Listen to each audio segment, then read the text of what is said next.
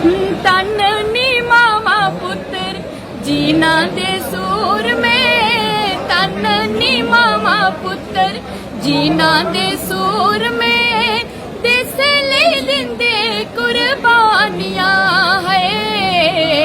देश ले दिंदे कुर्बानियां, देश ले ओह देश ले दिंदे कुर्बानियां, ओह देश ले दिंदे कुर्बानियां, ओई आ शहीद फौजी कुसेगी नी भुलदा, ओई आ शहीद फौजी कुसेगी नी भुलदा,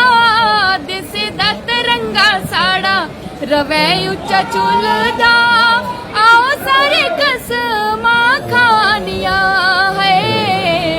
ये दिया से बिनवानियां,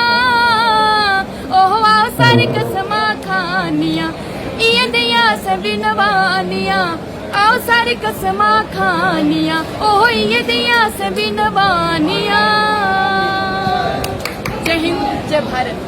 जैसे ही जितनी ही सुरीली आवाज़ है उतने ही सुरीले अंदाज में आज हमारे भारत माता के लिए शहीद हुए सपूतों के नाम जो एक गीत इन्होंने प्रस्तुत किया, तो सर आपसे भी मैं बात करना चाहूँगी, जरूर जानना चाहूँगी, क्योंकि जो ये सुरीले स्वर हैं कहीं ना कहीं उसके पीछे कहते हैं माँ बाप का बहुत बड़ा एक उनके आशीर्वाद के बिना कुछ हो नहीं सकता है। तो आज का दिवस भी बहुत शुभ है और जम्मू की पावन धरती पे आज सम्मानित किया गया तमाम परिवारों को जिनके सपूत जिनके भाई जो थे वो शहीद हो गए हम लोगों की रक्षा के लिए, और हम लोग भी सुरक्षित खड़े हैं सिर्फ उनकी वजह से। तो उनके लिए क्या दो शब्द करेंगे? सबनी शा पहले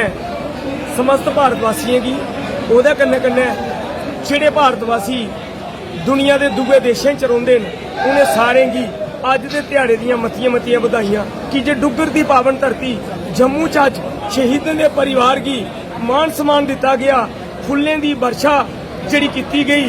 धन धन ओ मामा धन धन ओ पिता जिंदे लाल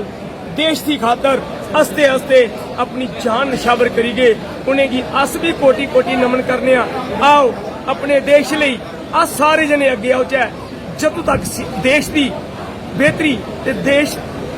अच्छी चंगी चाली फलग फुलग नहीं अतों तक साड़ा सारे का जिम्मा बनता।